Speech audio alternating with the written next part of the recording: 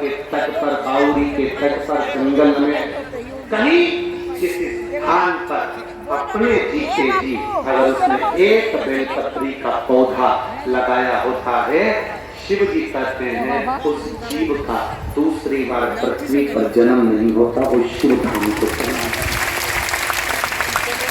शिव धाम को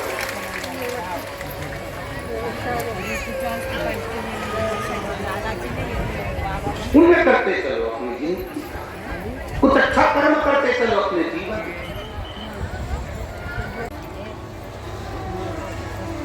doctor Sunita Kailash Patil, doctor Sunita Kailash Patil कहीं बैठी हैं? बैठी हो तो हाथ हिला सकती हैं। Doctor Sunita Kailash Patil, Nashik, Maharashtra. Mobile number है, कहीं बैठी हो तो अपना हाथ हिला सकती हैं जहां कहीं भी बैठी हो। गुरुजी, मैं होम्योपैथी डॉक्टर सुनीता कैलाश पाटिल। गुरुदेव, हम लोग दवाई से बीमारियां ठीक कर सकते हैं, लेकिन गुरुदेव जीवन में बीमारियों से ज्यादा जिनको चुनौतियां आ जाती हैं, जहां एक लिखा पढ़ा इंसान भी निराश हो जाता है। मेरी लड़की, हम डॉक्टर हैं गुरुदेव, इलाज करते हैं, अच्छा इलाज करते हैं, बहुत मरीज भी आते हैं, ठीक भी होते हैं। मेरी लड़की हर्षा जो अच्छी पोस्ट पर काम करती है, सर्विस बहुत अच्छी, उसकी शादी नहीं हो रही थी, पत्रिका दिखाई, जन्म कुंडली बनवाई, फिर भी लोगों ने कहा कितने महीने हो जाएगी, ये हो जाएगी, साल निकल नहीं।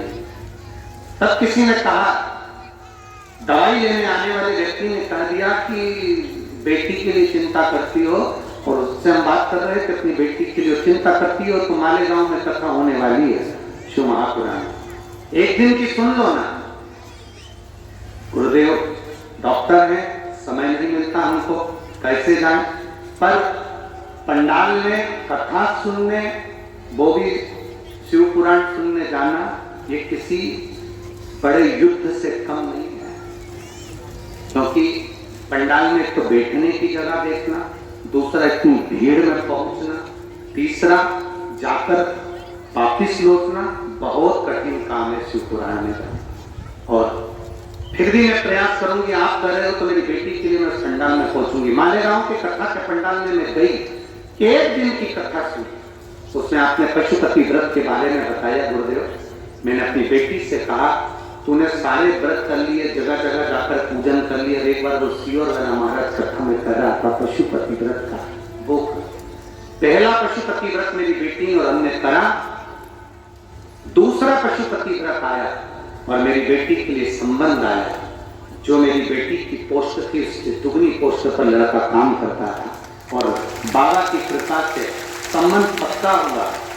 5वां व्रत के दिन ही मेरी बेटी की सगाई हो गई और उसका विवाह ऐसा जोरदार हुआ कि हम सोच नहीं सकते थे। ये चिंता जो घड़ी है शंभु। एक लाइन,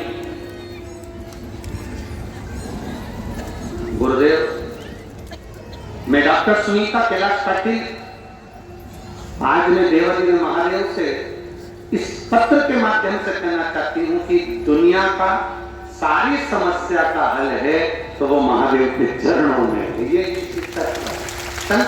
वो घड़ी है इसके, आपकी भक्ति कितनी आप दिल से कर सकते।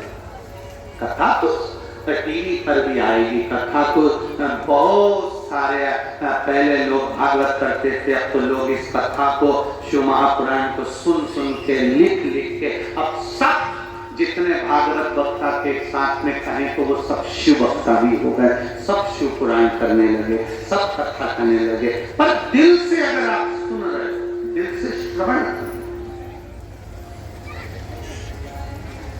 और इसका गौरव होता है हमको कि लोग कम से कम शिव पुराण बांटने तो लगे। जब टीवी पर खोलो तो कम से कम शिव पुराण सुनने को कई महाराज बोलने तो लगे। पहले तो लोग शिव पुराण को छूते तक नहीं, घर में नहीं लाते थे लोग, पढ़ते नहीं थे। शंकर के मंदिर कौन जाता? आप अपने क्षेत्र में जहाँ जाते आइए, आपके मोहल्ले में शंकर के मंदिर पुराने समय में निकाल कर देखना, कोई नहीं जाता। केवल सावन में शिवरात्रि पर चले गए या सोमवार को चले गए, बाकी के रोज नहीं जाते। आज के समय में शंकर जी के मंदिर में कम से कम 2 या 3 मिनट तक तुम्हें खड़े रहना पड़ता है जल चढ़ाने के लिए। ये प्रभु की कृपा, ये उदारता शिव। दिल से अगर सुन रहे हो, शिव महापुराण की कथा हृदय से सुन रहे हो, टीवी के सामने सुनो, मोबाइल पर सुनो, चाहे पंडाल में बैठकर सुनो, पंडाल में जगह नहीं तो बाहर बैठकर सुनो, अपनी एक बिछाने का साथ लाकर बैठो, आसन लगाओ, छाता लगाओ, प्रेम से कथा का रस्तक को ग्रहण करते हुए भाव से सुनो, खाली नहीं। शिव शंकर भगवान से पार्वती जी ने कहा, पापी से पापी जी उतर जाता है। हाँ, एक बेलपत्र का पौधा जिंदगी में जिसने कहीं पर भी लगाया हो, घर पे नहीं लगा सकते, बाहर जंगल में लगा दो, कहीं जा रहे हो बगीचा पड़ जाएगा, लगाओ। पुनरपि जन्मम और पुनरपि मरणम के प्रपंच से व्यक्ति छूट जाता है, इस प्रपंच से।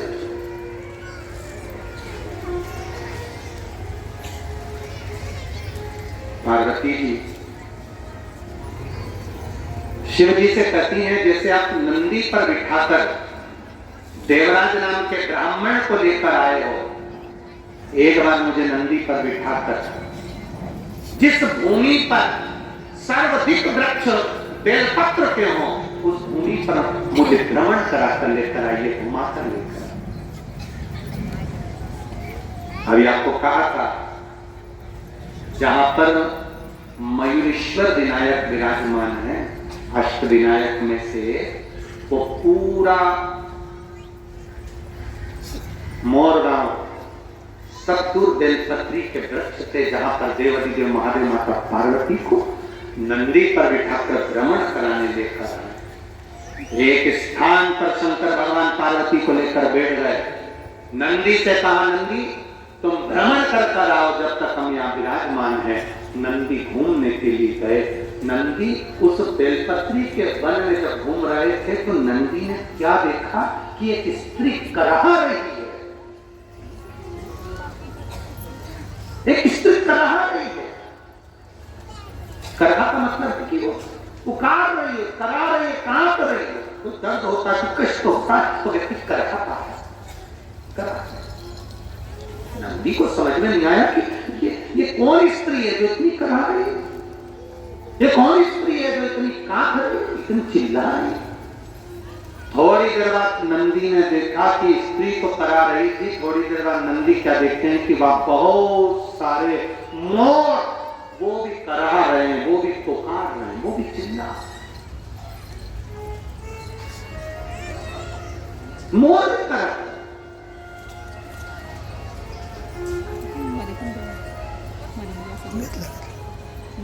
अब नंदी को विचलित था।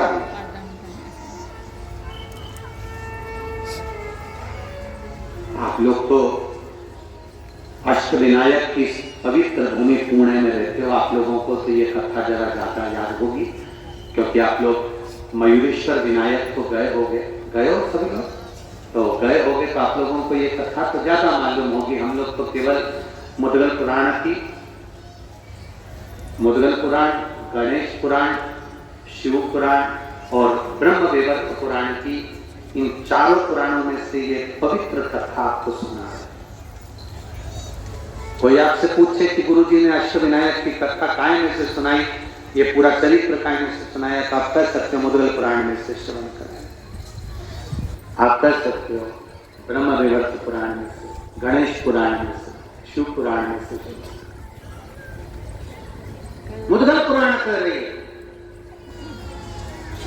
बहुत सारे मोर करा रहे हैं, बहुत सारे मोर। एक स्त्री कराती नंदी के मन में भाव है कि स्त्री करा रही है, स्त्री पुकार रही है, स्त्री हो रही है, तो नंदी के मन में आया कि ये स्त्री करा रही है, इससे जाकर पूछूंगा। पर थोड़ी देर में नंदी ने क्या देखा कि बहुत सारे मोर भी करा रहे हैं, बहुत सारे मोर भी रो रहे हैं, बहुत सारे मोर भी पुकार रहे हैं, वो भी कर रहा है। नंदी विस्मय में पड़ गया, विस्मय में। अब थोड़ी देर बाद नंदी विस्मय में पड़े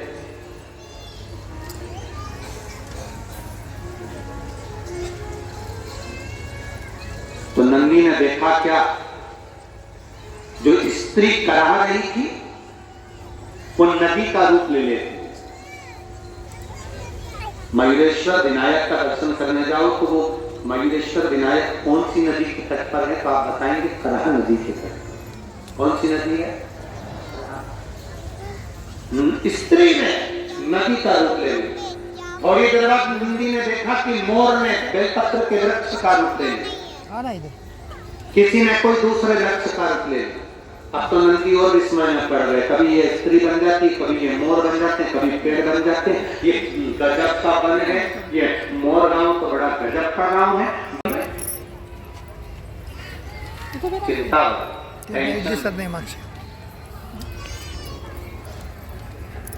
चिंता है। अब नंदी से रहा नहीं गया तो नंदी तुरंत देखकर उनको तुरंत दौड़कर देवादिदेव महादेव के पास पहुंचे। शिव जी बैठे थे पार्वती जी के साथ। पार्वती जी का ध्यान नहीं गया कि देवादिदेव महादेव ने समाधि ले ली। देवादिदेव महादेव ने तब साधना में लीन हो गए, नेत्र बंद कर लिए शंकर भगवान ने। कोई कोई होता है, कभी कभी गाड़ी चलाते चलाते पति भी साधना में डूब जाता है। पत्नी कहती रहती है, सुनो आज मैं कैसी लग रही, मुझे वही नहीं पता, तो साधना में नहीं है, गाड़ी ड्राइव कर रहा है। पत्नी बोलती है, सुनो आते आते हम बच्चों के लिए यहाँ से कपड़े खरीद लेंगे, अच्छा मॉल खुला। पति के तब साधना में लीन है, समाधि में लीन है। पत्नी बोलती जा रही, बोलती जा रही। और जब फिर पत्नी चिल्ला के बोली तब तक साधना की। तब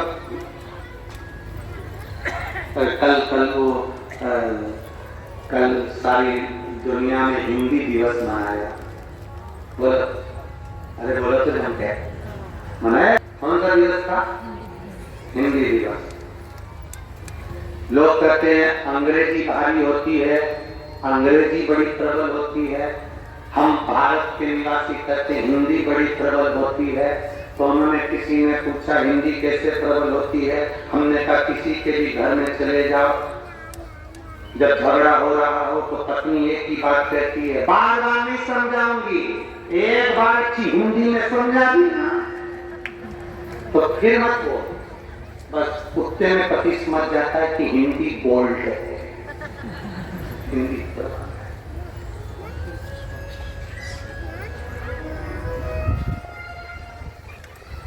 फिर निवेदन करेंगे माथे पर हिंदी, मुख में हिंदी। ये भारत की निशानी है, ये भारत का भारती की निशानी है। मस्तक पर हिंदी हो और मुख में बहुत जरूरी है। भारत गौरव का एक आनंद है, होना चाहिए। मेरी माताओं से तो हम निवेदन करते हैं, कितना आप लोग तो फिर महाराष्ट्र में रहते हो और जगह में भी हम करने के लिए पीछे नहीं हटेंगे। महाराष्ट्र की माताएं तो वैसे भी कंकु की बिंदी जब पंढरपुर जाती है और पंढरपुर में जब रुक्मणी जी के माथे पर बड़ी सारी कुंकू की बिंदी देखती है तो माताएं भी उतनी बड़ी बिंदी महाराष्ट्र की माताएं लगाती है। बड़ा और नक भी इतनी बड़ी माता बड़े प्रेम से पहनती है तो उससे गोरा होता है। बहुत सुंदर श्रृंगार मेरी माताओं का होता है। ये गोरा है मेरे पास, गोरा।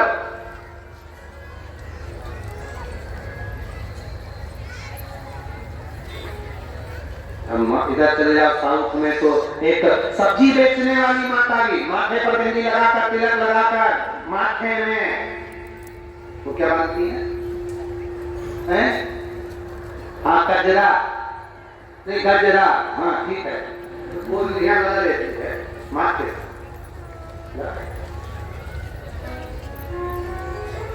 फिर कोई वाली बात आ गई स्वामी विवेकानंद जी से, विदेश में किसी ने पूछा कि तुम्हारे यहाँ स्त्रियां हाथ नहीं मिलाती, तुम्हारे यहाँ स्त्रियां किसी के सामने नहीं आती, तुम्हारे यहाँ स्त्रियां किसी पुरुष से बात नहीं करती। स्वामी विवेकानंद ने कहा तुम्हारे यहाँ की रानी किसी से बात करती है, तुम्हारे यहाँ की रानी किसी से हाथ मिलाती है, तुम्हारे यहाँ की रानी किसी पुरुष से बात करती है। स्वामी विवेकानंद ने कहा तब वो विदेशी कहता है वो रानी है। स्वामी विवेकानंद जी कहते हैं हमारे भारत की एक महिला रानी है, इसलिए हाथ नहीं मिलाती है। भारत की एक महिला रानी है, वो किसी से हाथ नहीं मिलाती, किसी से फालतू बात नहीं करती, वो रानी अपने अपने घरों की रानियां। और शिव तत्व का शंकर भगवान की कथा करे, शिव जी लीन हो गए, तब साधना में लीन, समाधि में लीन हो। पार्वती जी को ध्यान नहीं रहा, पार्वती जी बोले जा रही, इधर नंदीश्वर आ गए, नंदीश्वर ने यहाँ पर जमकर आवाज लगाई, हार हार। जो आवाज लगाई नंदीश्वर ने, शिव जी का ध्यान नहीं टूटा, शिव जी की समाधि नहीं टूटी, शंकर भगवान ने नहीं देखा कि कौन ने पुकारा, और पार्वती जी ने देख लिया। और पार्वती जी ने देखते से तुरंत पूछा, पार्वती जी ने पूछा नंदी क्या बात है? नंदी जी कहते हैं मेरे मन में संशय आ गया, बहुत बड़ा संशय है मेरे मन में, बहुत बड़ा संशय। क्या संशय है क्या? बस मैंने अभी आपने मुझे कहा कि भ्रमण कर आओ, भोलेनाथ जी बोले मैं भ्रमण करने के लिए गया, जंगल में देखा तो वृक्ष मोर का रूप ले रहा है, मोर वृक्ष का रूप ले रहा है, एक नदी स्त्री का रूप ले रही है, एक स्त्री नदी का रूप ले रही है, और करा रहे, रो रहे, चीख रहे, करा। कारण क्या है? पार्वती जी ने नंदी से पूछा कारण क्या है? नंदी बोले हमें क्या, हमने पूछा तो कोई बताने को तैयार नहीं कर रहा है। इतने में पार्वती जी ने देवाधिदेव महादेव से हाथ जोड़कर प्रार्थना करी, बाबा नंदी के प्रश्न का उत्तर दीजिए। शिव जी तो तब साधना में लीन थे, एक उत्तर नहीं दिया भोलेनाथ ने। पार्वती मैया जान गई कि भोले बाबा तो तब समाधि में लीन हो गए। लोग कहते हैं मयूरेश्वर विनायक जहां विराज रहे हैं वहां केवल गणेश जी हैं। याद रखना, मयूरेश्वर विनायक के मंदिर में केवल गणेश जी नहीं है, मयूरेश्वर विनायक के बाहर जो नंदी बैठा है वो शिव के ही प्रतिबिंब के रूप में विराजमान है, शिव के रूप में। पूरे भारत की भूमि पर कहीं पर भी भ्रमण कर लेना, गणेश जी के मंदिर के बाहर नंदी नहीं मिलेगा। कौन कौन गया मयूरेश्वर विनायक का दर्शन करने? है कि नहीं नंदी? केवल एक, पूरी भारत की भूमि पर केवल एक गणेश का मंदिर, एक विनायक का मंदिर ऐसा है जिनके बाहर नंदी विराजमान। वो नंदी क्यों है? उसका कारण ऐसा है।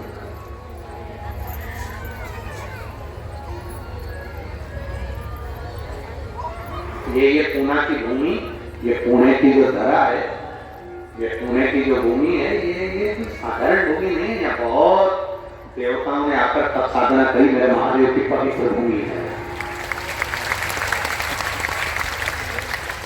एक शिवलिंग का वर्णन तो हमने अभी पिछली कथा में भी वर्णन किया था। पुणे के पास में, पुणे से शायद औरंगाबाद जाते हैं तो वहां एक शिवालय पड़ता है जहाँ भक्त के लिए नंदी थोड़ा सा खसक है।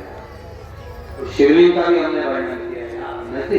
इतने शिवालय पुणे के पावन धारा के आसपास में, जितने शिवालय का दर्शन करोगे, जितना अष्टविनायक का दर्शन करोगे, पुणे के आसपास के क्षेत्र में कहीं भ्रमण के लिए जाना, लोग कहते हैं हिल स्टेशन चलो, घूमने चलो, यहाँ चलो, वहां चलो। हम उनसे कहते हैं एक बार पुणे में आइए और किसी भी शिवालय में बैठ जाइए, आपको वही हिल स्टेशन का आनंद आएगा। जिस शिवालय में बैठोगे शंकर की भक्ति में, उस आनंद को आप पाओ, भक्ति को आप पाओ।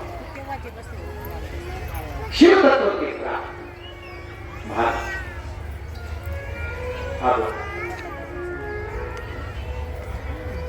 पार्वती माता बोल रही है, शिव सुन नहीं गए, शंकर भगवान समाधि में लीन हो गए।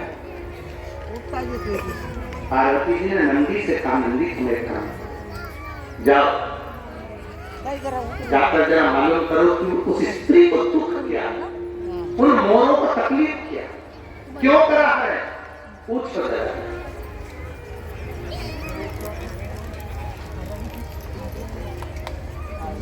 नंदी फिर गए और अब की बार जब नंदी गए तो भगवान देव ने महादेव का स्मरण करते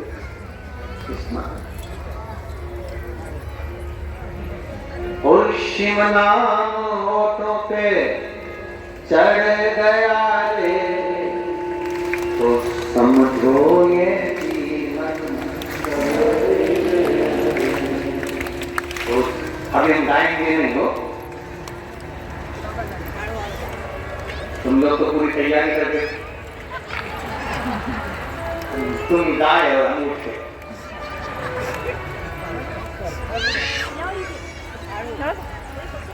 हरे शिव नाम होठों पे हरे चढ़ गया रे तो समझो ये जीवन। करो तो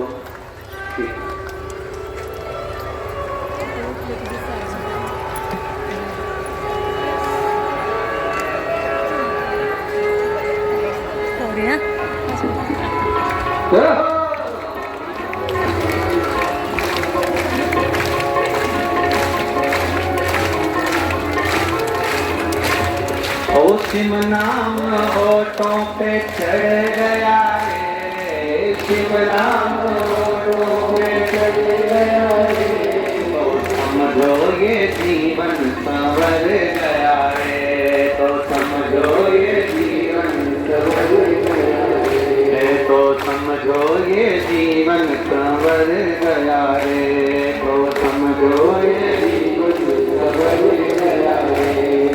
शिव को बना ले शिव का शिवालय, मन को बना ले ओ मन को बना ले तू शिव का शिवाला, मन को बना ले संग में चलेगा तेरे वो डमरू वाला, संग में चलेगा तेरे वो डमरू वो संग में चलेगा तेरे वो डमरू वाला,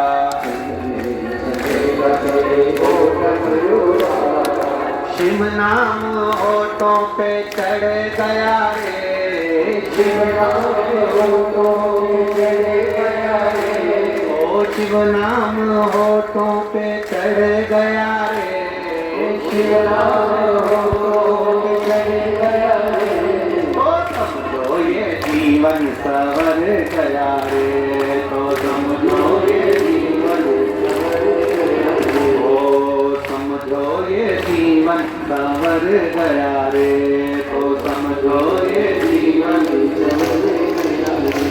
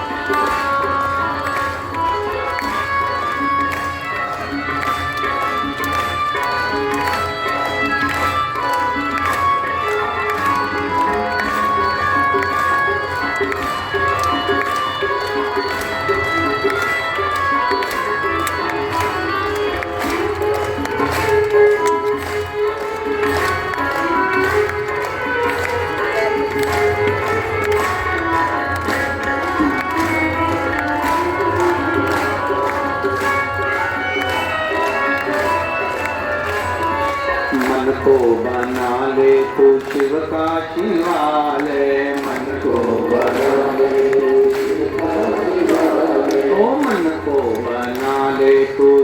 काशी वाला मन को बनावे, ओ संग में चलेगा तेरे वो डमरू वाला, संग में चलेगा तेरे वो डमरू वाला। ओ शिव नाम होठों पे चढ़ गया रे, शिव नाम शिव नाम होठों पे चढ़ गया रे, शिव नाम होठों पे चढ़ गया रे। तो समझो ये जीवन सवर गया रे, तो समझो ये जीवन सवर गया रे, तो समझो ये जीवन सवर गया रे, तो समझो ये जीवन सवर गया रे, तो समझो ये जीवन सवर गया रे, तो समझो ये जीवन सवर गया। अपने स्थान पर बैठकर बाबा देवाधिदेव महादेव से अपने हृदय की बात बड़े भाव के साथ दिल से करें, प्रार्थना करें शिव जी से भाव के साथ।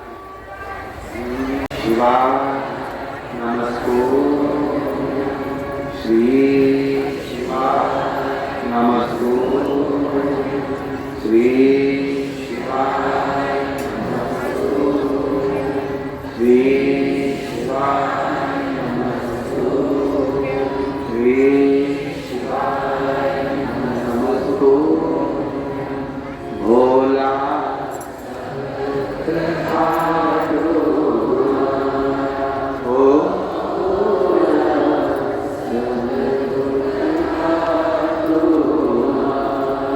शिव शंकर जपू तेरी माया, भोले बाबा जपू तेरी माया, भोला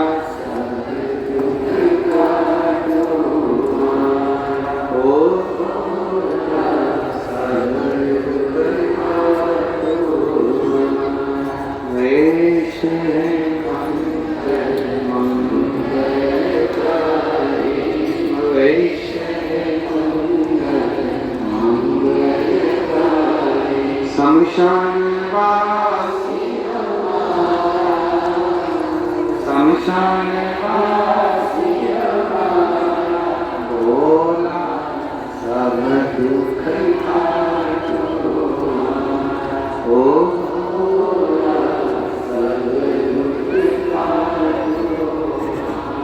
नंदी चले उस मोर गांव की ओर, वन की ओर पता करने के लिए शिव नाम लेते लेते जा रहे हैं। इधर बिंदु नाम का ब्राह्मण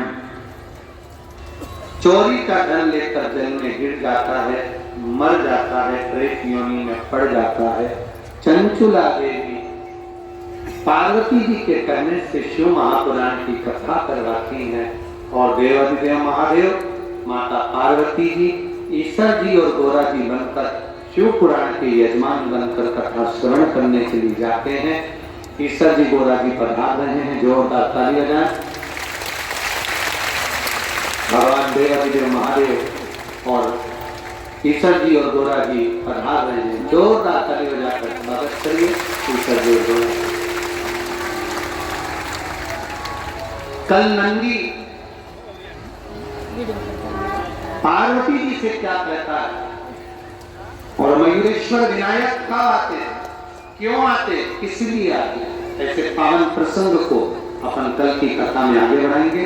अष्टविनायक शिव महापुराण की कथा बड़े भाव से आप श्रवण कर अपने जीवन को सार्थक बनाएं। कोई भी सोने की रकम पहनकर कथा पंडाल में ना आए, जो भी आए अपनी गाड़ियों से धीरे धीरे अपने घर की ओर जाए, धक्का मुक्की ना करें। आरती होने के बाद अपने अपने घर की ओर सभी लोग जाएंगे। आज की कथा विराम ले रही है, कल फिर कल की कथा कितनी बजे होगी, 1 बजे से 4 बजे तक। परसों फिर वापिस 2 बजे से 5 बजे तक, परसों से चालू होगी 2 से 5, पर कल की कथा 1 बजे से 4 बजे तक रहेगी। जो पत्र आज के रह गए हैं इन पत्रों को कल पढ़ा जाएगा और इन पत्रों को हम रख लेते हैं कल से पढ़ने के लिए।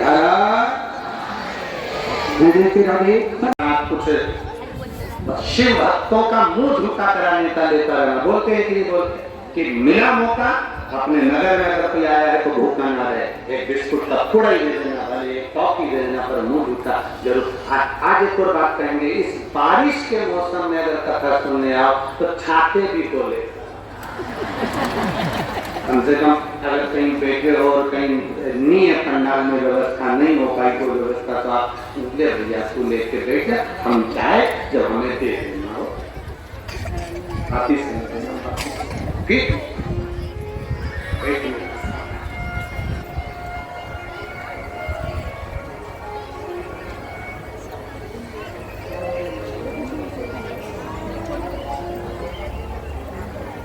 फिर बोले भंडारी रे दूर करो दुख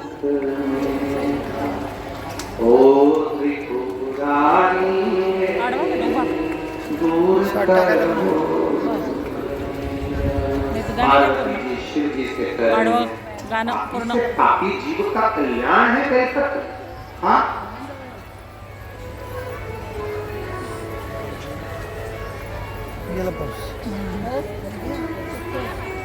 जब से शिव महापुराण की कथा में कहा गया कि शंकर जी पे चढ़ी हुई बेलपत्र उठाकर खा लेना चाहिए, बीपी, शुगर, थायराइड, गठिया सबके लिए जो हमने कहा, जब से शिव महापुराण की कथा में कह रहे हैं कि शंकर पर चढ़ा हुआ जल पीना चाहिए, तब से कई रिसर्च सेंटरों में रिसर्च चालू हो गया कि बेलपत्री में ऐसा क्या है। कथा में कह रहे हैं कि शंकर पर चढ़ा हुआ जल पीना चाहिए, तब से कई रिसर्च सेंटरों में रिसर्च चालू हो गया कि बेलपत्री में ऐसा क्या है, शंकर पर चढ़े हुए जल में ऐसा क्या है।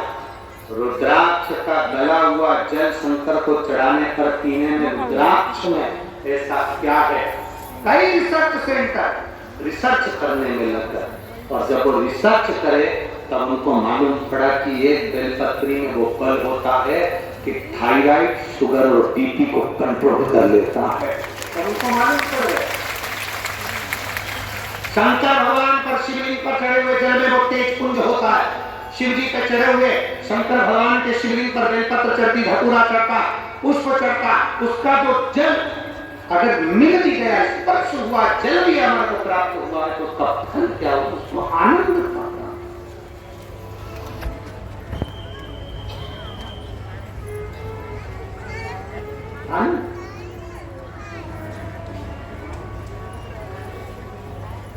ये खतरा है।